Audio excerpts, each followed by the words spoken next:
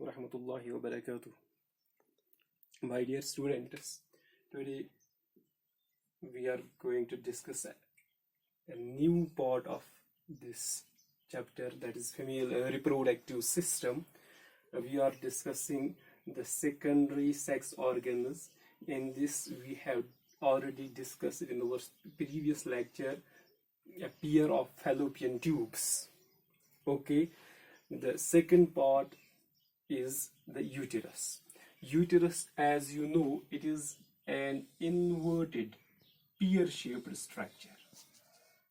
Inverted pear-shaped structure. क्या है ये? Inverted pear-shaped structure. These are fallopian tubes. This is what we call as uterus. Okay.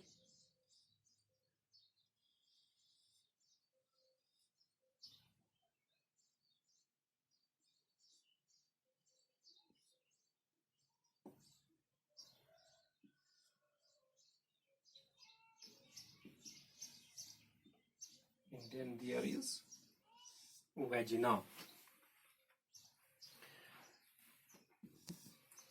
Okay, this inverted pear-shaped structure, it has three regions.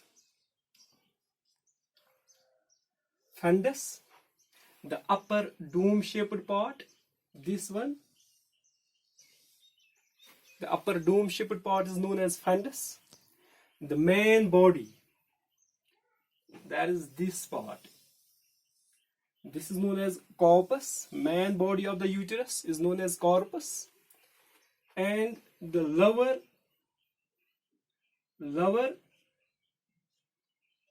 narrow space known as cervix. Cervix is a narrow canal. It communicates with the uterus with an opening. That opening is known as internal os, and to the vagina by external os. Okay, the space between these two openings, that is between internal os and external os, or we can say there's a cavity inside the cervix. This is known as cervical canal. Cervical canal. Cervical canal along with the vagina. Cervical canal along with the vagina, this serves as a birth canal. This serves as a birth canal. That is this region, this entire region. Cervical canal plus the vagina. It serves as a birth canal. Okay. Internally, the cervix is lined with mucus secreting glands. Internally, the cervix is lined with mucus secreting glands. These glands secrete mucus. These glands secrete mucus. And the viscosity of mucus varies throughout the reproductive cycle. Entire reproductive cycle के दौरान जो viscosity होती है, thickness होती है mucus की, cervical mucus की, it varies. It varies depending upon in which part of the reproductive cycle it is present. Normally, it is thick. Generally, जो ये mucus होता है, cervical mucus जो होता है, normally it is thick. Generally thick होता है. क्यों?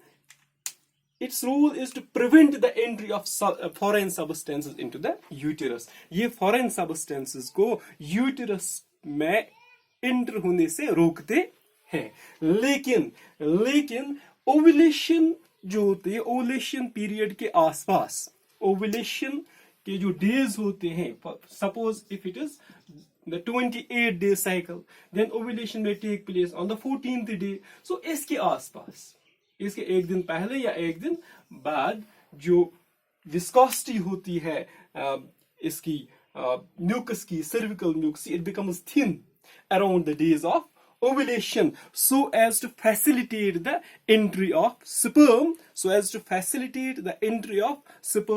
into the uterus. Okay, then the wall of uterus, अगर हम इस वॉल की, जो यूटरस का वॉल होता है, अगर हम उसकी बात करें, अगर हम इस यूटेराइन वॉल की बात करें, it has got 3 layers.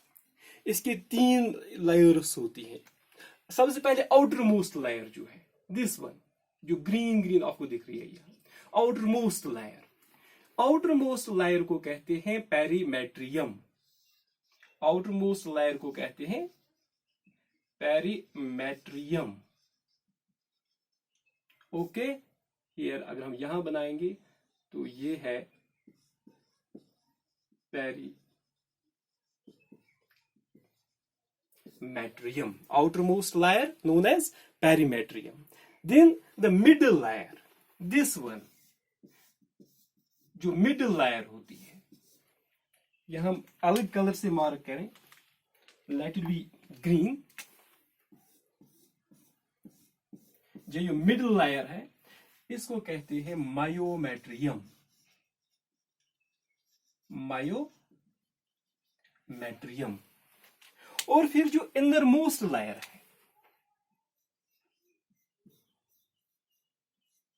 This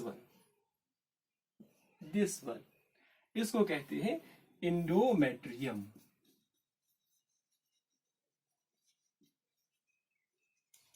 Endometrium.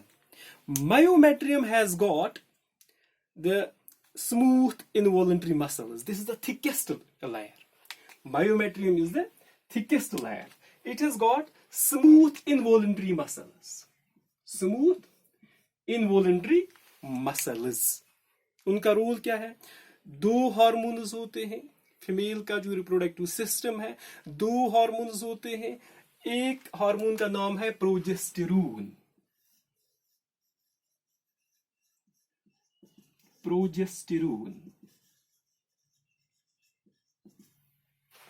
Second hormone है, that is known as oxytocin. चलो देखते हैं इन 2 हार्मोन्स का इफेक्ट इस मायोमेट्रियम पे क्या है, इनका रोल क्या है. प्रोजेस्टेरोन जो है इसको कहते हैं हम प्रेगनेंसी मेंटेनिंग हार्मोन. यहां देखेंगे हम, यहां हम समझने की कोशिश करेंगे कि प्रोजेस्टेरोन को प्रेगनेंसी मेंटेनिंग हार्मोन क्यों कहते हैं. इससे पहले हमने पढ़ा कि प्रोजेस्टेरोन जो है it is released from the corpus luteum. जब ओव्यूलेशन होती है, ग्राफियन फॉलिकल रप्चर हो जाता है, सेकेंडरी ओसाइट रिलीज होता है, जो एम्प्टी ग्राफियन फॉलिकल होता है उसको कहते हैं corpus luteum.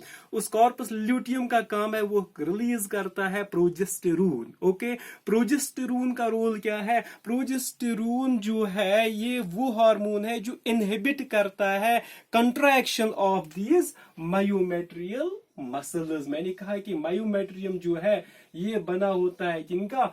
Of smooth involuntary muscles. This is formed of, यहां जो आप देख रहे हैं ये layers, these are actually the smooth